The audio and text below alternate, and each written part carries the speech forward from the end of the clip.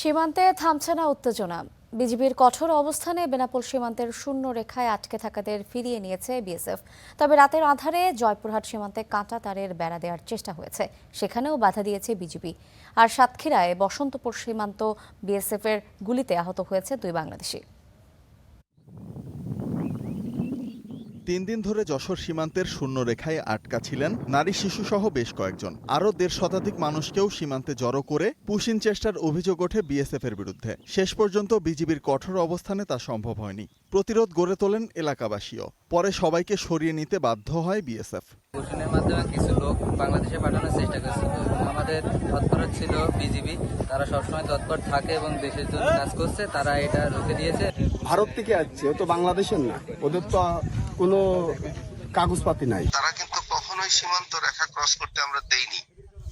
ভারতের অভ্যন্তরেই তাদেরকে আমরা আটকে রেখেছিলাম। তারা কখনোই সীমান্ত রেখা ক্রস করে বাংলাদেশে ঢুকতে পারে।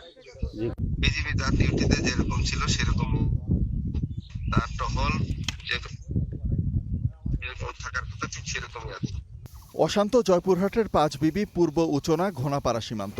রাতের আধারে কাঁটাতারের বেড়া দেওয়ার চেষ্টার অভিযোগ উঠেছে ভারতীয় সীমান্তরক্ষী বাহিনীর বিরুদ্ধে। পরে বিজিবির বাধায় বন্ধ হয়ে যায় কাজ। ব্যাটালিয়ন কমান্ডার পর্যন্ত দরবার করতেছে, তারা কিছুতেই মানতেছে না।